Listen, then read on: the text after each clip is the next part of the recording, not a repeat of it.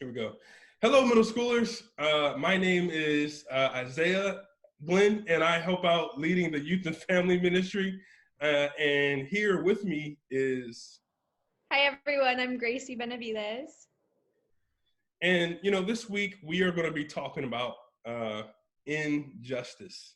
And, there's been a lot going on in our world today. And injustice is happening all around us. And, the bottom line is whenever injustice is happening, whenever you do see it, do what you can to help, right? So let me ask you a question. Have you ever seen something that made you think this isn't right? Or maybe this just isn't fair? We all experience things in our everyday lives that can seem unfair. And then other times it can feel like things were made right. And let me explain what I mean. I'm not sure a lot of you have experienced something similar to this, but let's say that your teacher gives you homework, you go home and your dog does actually eat your homework, and you go back to school and your teacher gives you a 0. Is this fair or unfair, right? Or let's say that, all of your friends, it's a Saturday weekend, all of your friends are going out to the mall, but you can't go to the mall that weekend. Is it fair or unfair? Or let's say that someone gets in trouble in your classroom, and and the teacher, since one person did something wrong, the whole class gets in trouble. Now you guys aren't having your end of the year pizza party, and basically, is it fair or unfair, right? So I think it's usually pretty obvious when a situation is made right, and you feel like all is good in the world and that things are fair for everyone involved. But that heavy feeling that you get in your stomach when you know something isn't fair, the frustration that you experience as you think this isn't right, you describe things that seem wrong or unfair or unequal. It's the opposite of justice, which is what happens when things are made right. Now, I know these may sound like pretty big ideas. You may even be thinking, why should I care about injustice as a middle schooler? Isn't it something that adults deal with? Well, believe it or not, injustice is happening all around you. Yeah, so I want to share a personal story of my own from when I was in middle school that some of you may or may not relate to. I remember when I was in middle school, I was bullied, and it happened pretty often, and it happened to the point where sometimes I really wouldn't want to go to school. There was a girl who would bully me, and she would say very unkind things to me, sometimes about my race, sometimes it was very racist, sometimes it was about my appearance. And I just remember she would do it often, and it was in front of a lot of people, and it made me really upset and hurt. So thinking about that, I want to ask a few of you a question, or all of you a question. So how many of you actually like when things are unfair?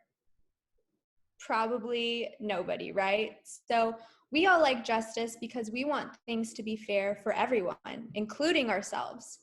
So it's easy to speak up or recognize the way injustice is wrong when it directly impacts us. So some of us have experienced quite a few injustices, and other of us may not have experienced as many as others. So depending on our own situation, it can sometimes be hard to think about what it's like for other people that are going through something that's just unfair. So Isaiah is going to pull up a few unfair situations. So you'll see them on the screen right now. Okay, so what I'd like you to do is look at these unfair situations. So we see bullying, war, abuse, a car accident, all these different things. Look at them. And as we talk about a few other things, I want you to think about what it would be like to experience each of these injustices in your life. So here's the truth. Injustice is happening in our world all the time. Just one look at the news proves that. You know, we have poverty, there's people who are hungry around the world, there's war going on, bullying in schools, there's natural disasters. So when we think about it, it can be really overwhelming. And honestly, if you see and recognize the injustice that are happening in your school or in your community or even around the world, it's hard sometimes to know what you can even do about them. You know they're wrong or that things seem unfair, but as a middle schooler, stepping in to help in any way can make you feel a few different things. All right, maybe you hesitate to help because you feel powerless. You might think, I'm just a middle schooler. What can I really do about these problems? I mean, it's pretty unlikely that you'll be able to solve the injustice of poverty in other parts of the world before you finish 8th grade, right? You know, it's nice to help, but why bother when you know you're powerless to make a real difference right now? Sometimes we avoid speaking out about injustice because it feels risky. Maybe you worry that people will think it's silly to try and get involved in issues of injustice, or maybe you're afraid that you'll fail, that what you try to do to help just won't work. That would be embarrassing, right? Or maybe you're afraid speaking up about injustice in your school will turn the attention to you. If you stand up for the bullied kid, you don't want the bully to come after you next, right? That's a risk you just don't want to take. Or maybe you avoid doing something about injustice because it feels awkward. We want to do something or say something, but we don't know how. It feels awkward to try when we don't even know where to start. You know, I know there's a lot of reasons that keep us frozen when it comes to injustice, but I think there's one reason, a much bigger reason, that could inspire us to do something. To discover what that is, we're going to look at Jesus. So Isaiah's going to show us that. So, in the book of the Bible called Mark, and it's one of the four gospels that tells the story of Jesus during his time on earth. We read about how we can address injustice and need.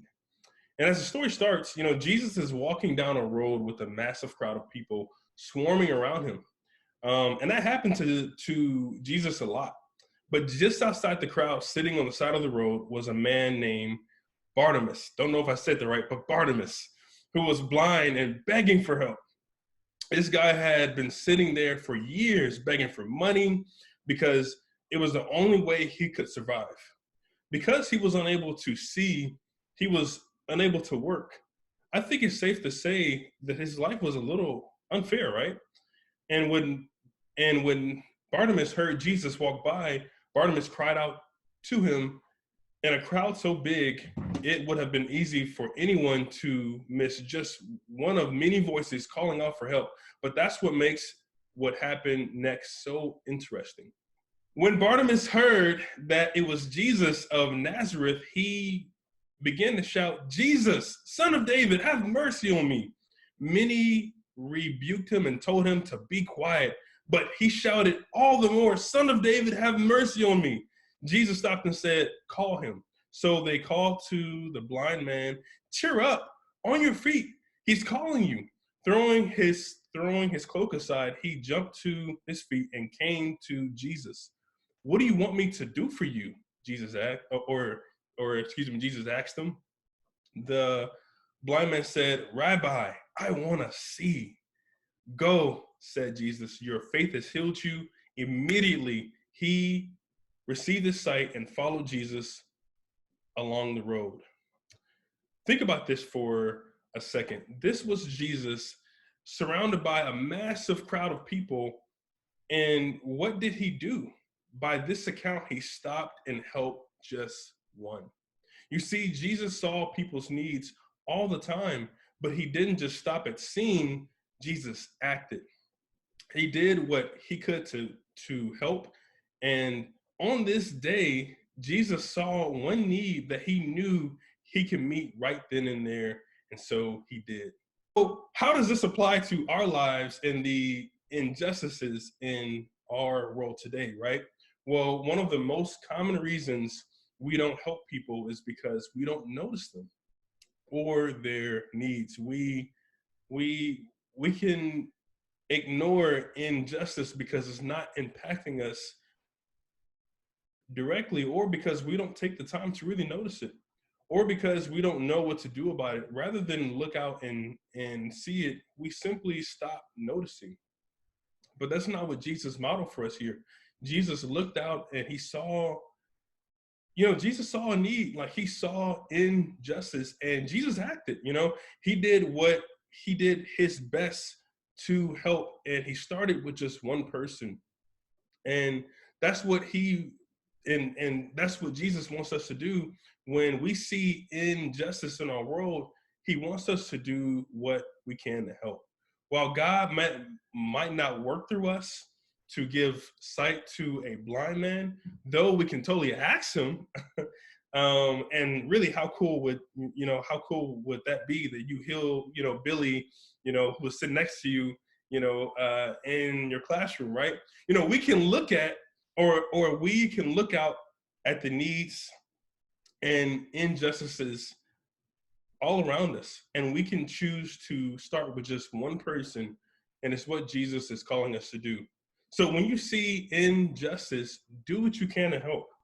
So you may ask the question, well, where do I start? Well, this week I want to encourage you to start looking out for the needs all around you by doing two things. One, pray. Ask God to help you see people the way Jesus did. Pray that God would help you see the needs of others, especially those who are experiencing injustice, because trust me, if you simply, I'm gonna cut that part out. I'm gonna start over, okay? Here we go. One, pray. Ask God to help you see people the way Jesus did. Pray that God would help you see the needs of others, especially those who are experiencing injustice. Because trust me, if you simply ask Him, I think God will show you all the needs around you and the injustices in your home, at your school, on your team, and in your community, and even in the world around you.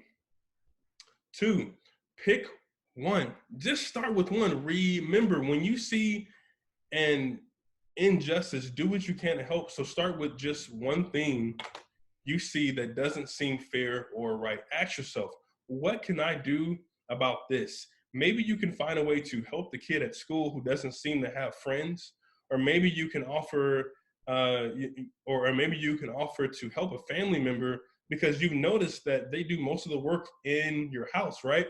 Or maybe you can donate to a charity or volunteer somewhere to help you, or excuse me, to help a need in your community.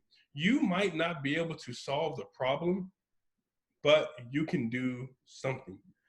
You can start with just one, just like Jesus did. Thank you guys, and that's the lesson for today. Bye, guys.